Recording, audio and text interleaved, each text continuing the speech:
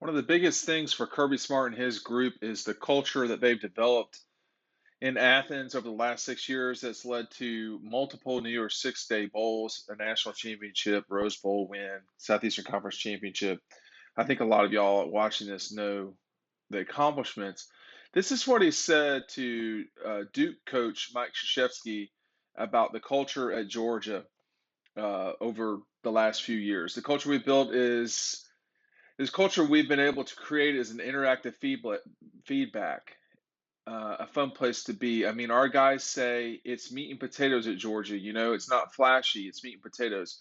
When your coaches sell that culture and the players buy into it, it certainly makes things positive for the players when they buy in.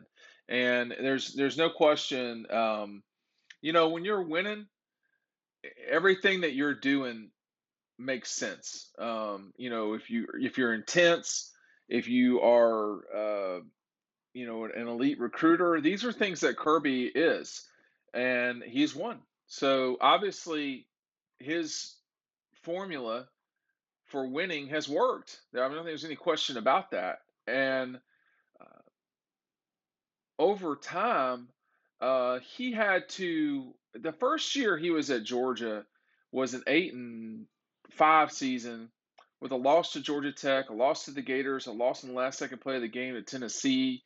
They got blitzed by Mississippi and they lost to Vanderbilt. It was a very up and down season. But in that time, I think that first year really was an important time for Kirby. And when he talked with Coach K about this, he talked about the uneasiness of that first season. But all the while, that was a setup for what was coming next, which was an eventual national championship. Now it took a while. You can pick up DAWGSTRUCTION down below 80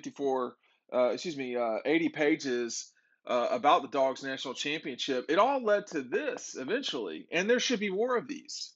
It shouldn't just be one national championship at Georgia if the culture is meat and potatoes. Now you got to have the kids. You don't have the kids, you can forget it.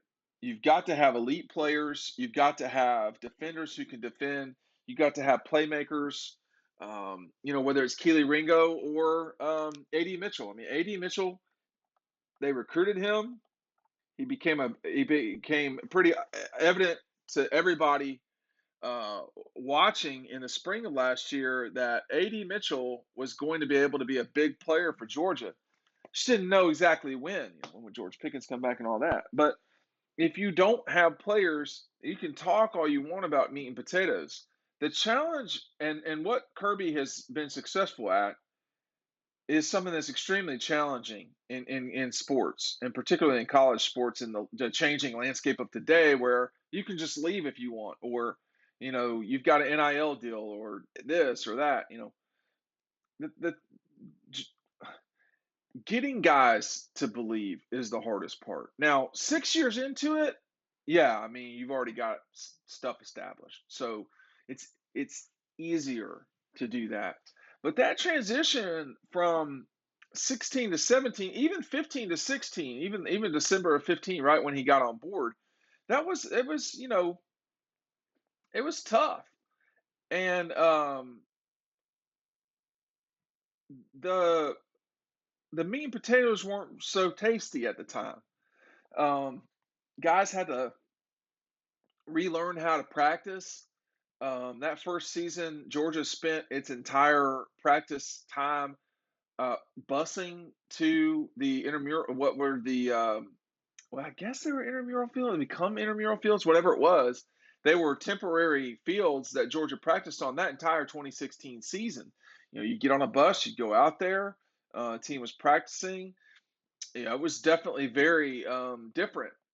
Now everything's set up, but the culture started in 16 for sure, and the success of that first recruiting class was one thing, but after that, a year later, obviously Georgia had been winning, but they'd won the conference championship by the time they had signing day. But that 17 signing class was something else when you go back and look at it, and then it was topped by the 18 class. I did not think I said this at the time. I did not think that they could do better than they did in 17, but they did. I mean, the 18 class is what fueled this national championship. When you go back and look at it, that was guys like Zamir, and there were just some real players in that class.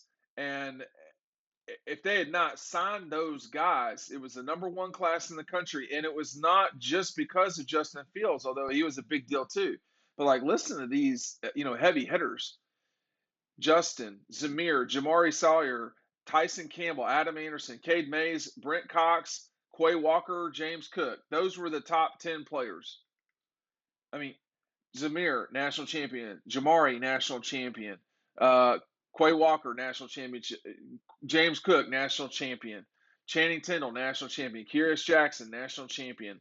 Devontae Wyatt, national champion. Christopher Smith, John Fitzpatrick.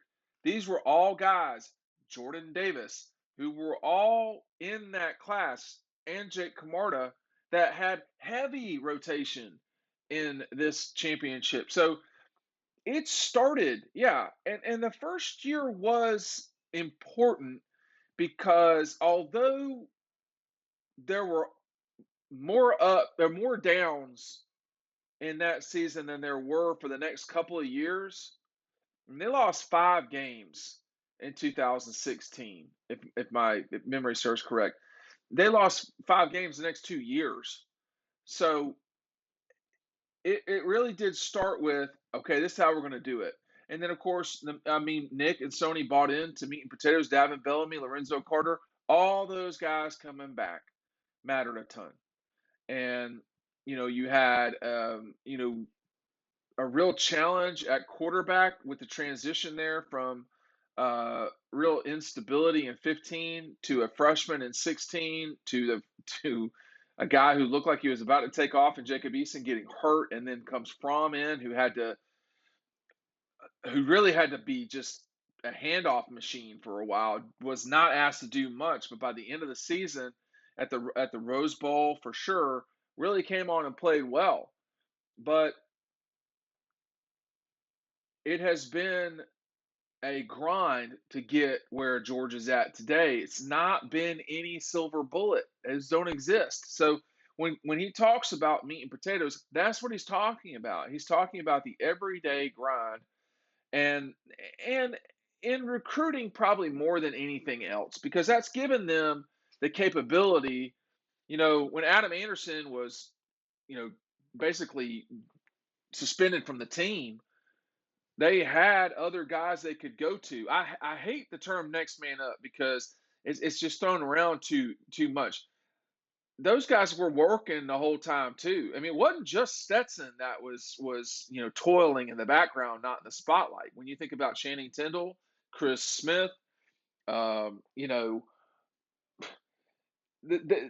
well, Jordan Davis to some degree, but Chris Smith, William Poole, both had big national championship games. Quay Walker, Channing Tindall, these are guys that you know were afterthoughts for a while, and then they became players in a way that they should have.